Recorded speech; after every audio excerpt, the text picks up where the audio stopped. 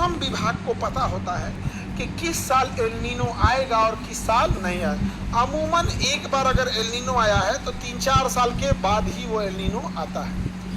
El Nino आने के 4 महीना पहले ही, 5 महीना पहले ही मौसम विभाग को पता चल जाता है। अगर एल नीनो आएगा तो भारत में बारिश ज़्यादा होगा या कम? तो कम होगा, बहुत कम होगा यहाँ पे।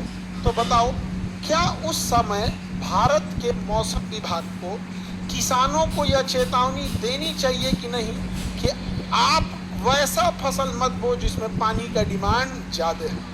लेकिन हमारा कोढ़िया डिपार्टमेंट अखबार में निकाल देता है, अखबार में निकाल देता है कि एल नीनो आने वाला है। किसान को कुछ बुझाइए नहीं रहा, हाँ आई तो एल नीनो नहीं यार, आई तो चलिए होगा, कुछ बुझाइए नहीं रहा एल नीनो क्या है।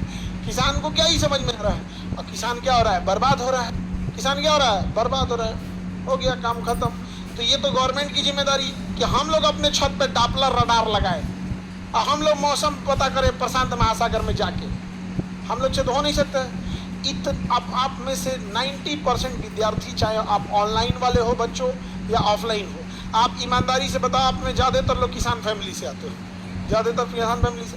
कितने ऐसे लोग हैं जिनको इस बात की चेतावनी दी गई है? एल नीनो की चेतावनी कितने किसानों को दी गई? किसी को नहीं, किसी को नहीं दिया गया है।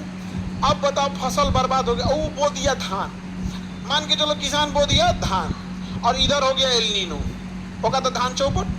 तो लोग कहेंगे अच्छा किसान क्या होता ना, कहता है बड़ी अफसोस लग रहा है धान को देख के, पानी बिना एकदम सूख रहा है, पीला हो जाता है, एकदम पीला हो। वो किसान उसको अपनी औलाद की तरह पाला है, फसल को किसान औलाद की तरह मानता है। अब उसको क्या कर रहा है? अफसोस लग रहा है, क्या हो गया है, एकदम पीला पड़ गया, क्योंकि खराब हो गया फसल उसकी।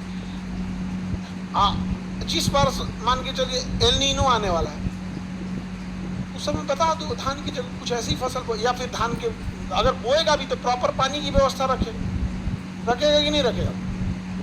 लेकिन रखता ही नहीं। हाँ,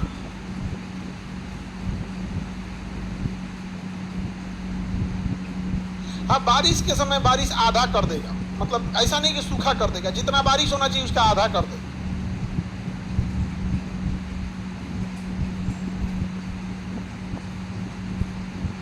तो इस बार ऐसा हुआ था, जो बबनी सही कह रही है कि इस बार मिड जुलाई तक ऐसा लगा था कि बारिश नहीं होगा। बहुत सारे गांव में धान उनका मैंने नल का पानी भाग गया था यहाँ पर, और उसके बाद ढकेल दिया बारिश।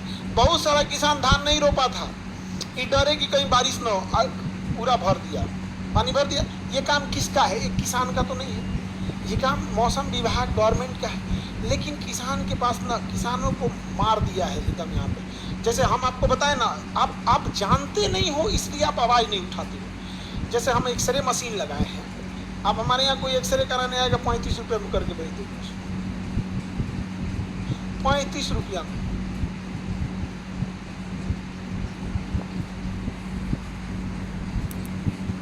ये भैया उतने लगभग किया तो हम क्या करें? हमारा पैसा कब्र में लेके नहीं जाना है। चाहे राजा हो या फकीर, उसी मिट्टी में मिलेंगे, चाहे जल के मिले चाहे दफना के मिले, राख हो जाए चाहे कुछ मिले। कितनों बड़का करोड़पति रहेंगे तो आपको कौन चाहिए? अर्थिया अलग डिजाइन का रहेगा, आपका सेम रहेगा। तो हमको नहीं, लेकिन सोचिए आपको क्या लगता था, बाप हो बाप क्या है क्या नहीं। 35 रुपये करके जाएगा, जो एक्सरे करेगा कहेंगे भाई काम करो तो भाई तुम 40 ले लो, ताकि उसको भी लगे भैया 5 रुपये ले लिया। कहने का मतलब है कि आप 450 रुपया यहाँ लिया जाता है, 400-500 लगता है। टेंशन नहीं लो तुम लोग। भैया आ गए, समझ में आ गया कि नहीं आ गया? हमारा आजकल थोड़ा अपने सीए से डिबेट चल रहा है, सर कुछ पैसा नहीं बचेगा आपको। उसका उनका कहना है कि सर 35 रुपया तो खर्च है। 35 रुपये क्या है? खर्च है। इसमें बिजली बिल है, एम्प्लॉय की सैलरी है, और मशीन का कॉस्ट है, किराया है, ये सब है। सब ऊपर वाला चला है, नहीं समझ में आ गया? सब देगा यहाँ पर, ऊपर वाला सब है यहाँ पर। देखो आदमी केवल पैसा देखता है, लेकिन जो दुआएं आती हैं वो बहुत काम आती है आपको। और कोई ना कोई तो होगा ना जी जो गरीबों का भी सोचे। सब तो पैसे के लिए भाग रहा है। और हम यकीन मानिए कि हमको जो इतने डॉक्टर्स लोग क्या कर रहे हैं, बैठ जाते हैं, बैठ जाओ, तुम्हारा एडमिशन वाला समस्या दे दे। तो अभी बहुत जितने लोग हैं ना ये टाइप के, तो आप देखिएगा जितने बड़े बड़े डॉक्टर्स हैं यहाँ पे, ये डॉक्टर वगैरह ये तो हो गया। अगर हम लोग इतना ज़्यादा लिए रहते ना, इतना ज़्यादा लिए रहते तो वो नहीं आते, सपोर्ट में नहीं आते, कहते कि वो नया हॉस्पिटल खुला है, नहीं समझे।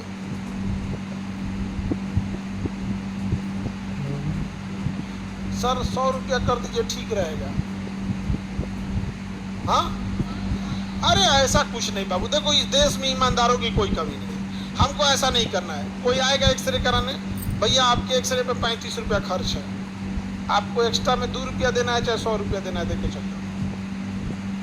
उसकी इच्छा है यार, किसी के लिए 100 रुपया भी मायने रखते। कोई किसी घर में पोछा ओछा लगा रही, उसके लिए 100 रुपया समझते हो, 100 रुपया बचेगा अपने लड़का के लिए मिठाई खरीद के लेके चलिए, नहीं समझे। अपना देना होगा दे देंगे। बाकी हमको भी कोई हॉस्पिटल चलाने का आइडिया नहीं है, हम भी प्रयोग ही कर रहे हैं कि कितना पैसा लेना चाहिए कितना देना।